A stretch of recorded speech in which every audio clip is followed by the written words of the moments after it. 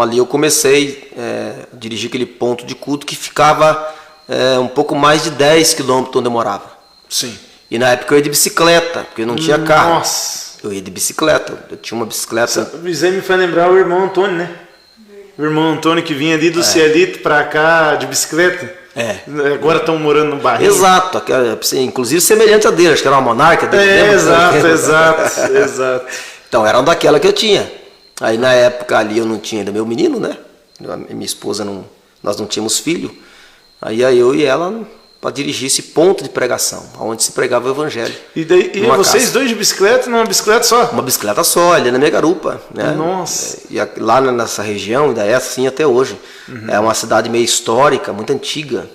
Inclusive tem uma santa lá, muito conhecida, que é a Santa Paulina, né? É de lá, é a primeira santa brasileira.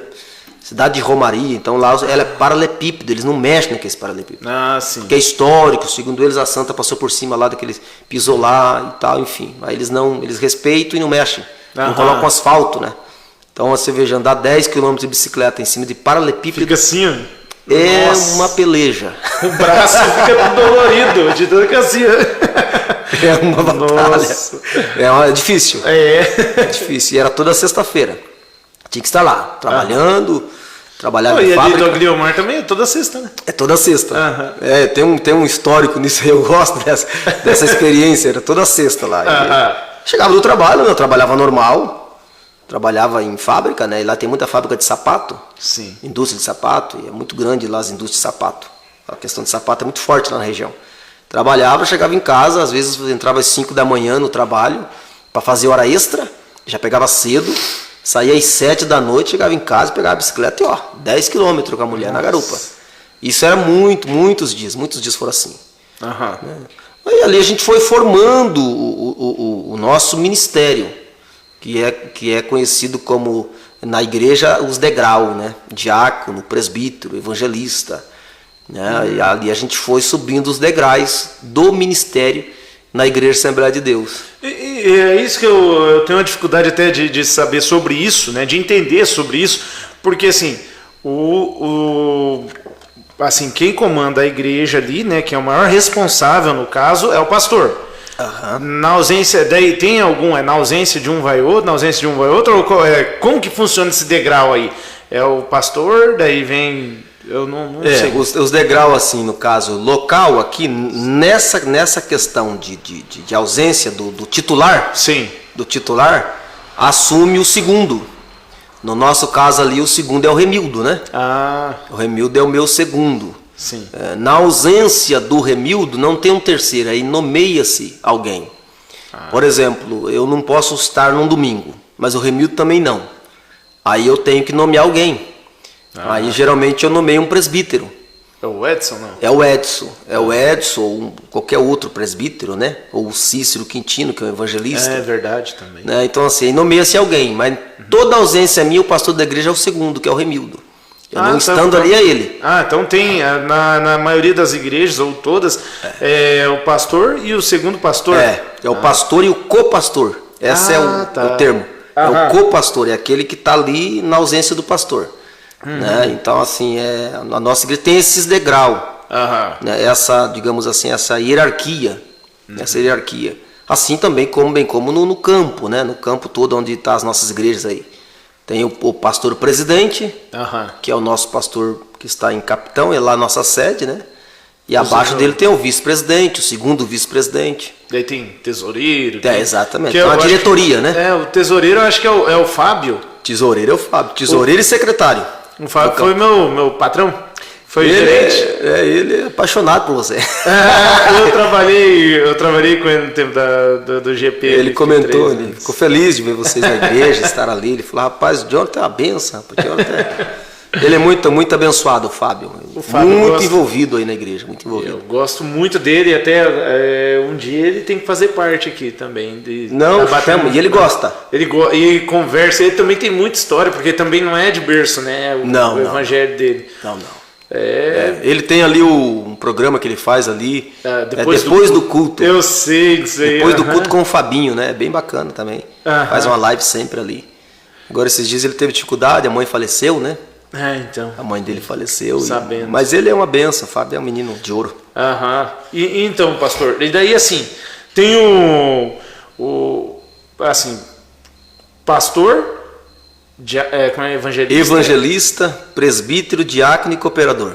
Ah, tá. É. Cooperador quem que é? O que... Cooperador é aquela pessoa que vai ser separada nos primeiros passos dela ali. Ela quer ser obreiro, né? Ela quer... que tem que obedecer uma hierarquia até... Ele coopera.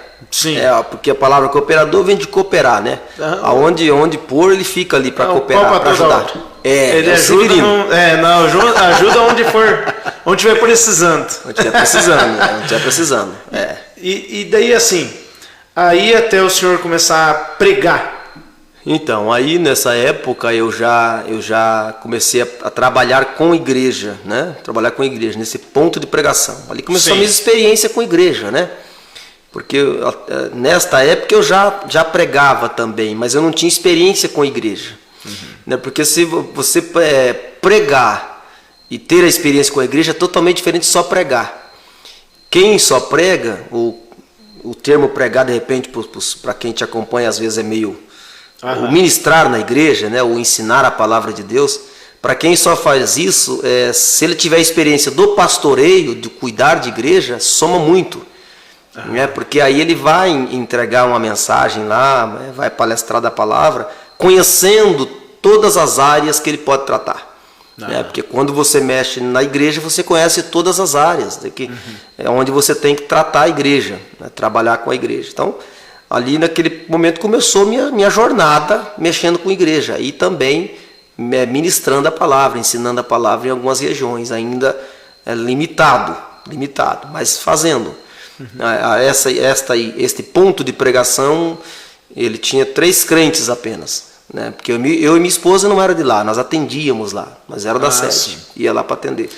E era dificuldade também por ser uma região extremamente católica, né? Por causa da... Extremamente católica, extremamente católica. Por você ter uma ideia, lá para a cidade, né? Eles fazem romaria, existe lá o santuário da Madre Paulina, que eles falam, né? Vem ônibus aí de 100 e poucos ônibus por final de semana. Nossa. É uma cidade extremamente, assim, de imigrante italiano, né? Que Nova Trento é uma cidade da Itália, né? Então é uma cidade de europeu. Né? E o europeu ele tem suas resistências. Ele tem, na sua origem, ele é mais duro, né? Ele não é assim como o brasileiro, coração mole, né? O brasileiro tem aquela alegria, chora fácil, né? O europeu já é mais duro um pouco. Então tem toda essa dificuldade na cidade. Sim, e daí só tinha 3 evangélicos. 3, nesse ponto de pregação era só a família. Que era a Laura, o Carmelito, que já faleceu há muito tempo, que é o esposo dela, e o menino deles, né? Mas ali começou-se um trabalho, né? Aquele trabalho toda sexta-feira, aí a estratégia nossa lá era a irmã Laura convidar os vizinhos, fazer uns quitutes, né? Depois da reunião. E daqui a pouco começou algumas pessoas a aceitar a Cristo, entregar a vida para Jesus. E hoje, lá nesta região, mora o irmão da minha esposa, né? E a irmã da minha esposa. Eles moram lá nessa região. Hoje é uma igreja lá.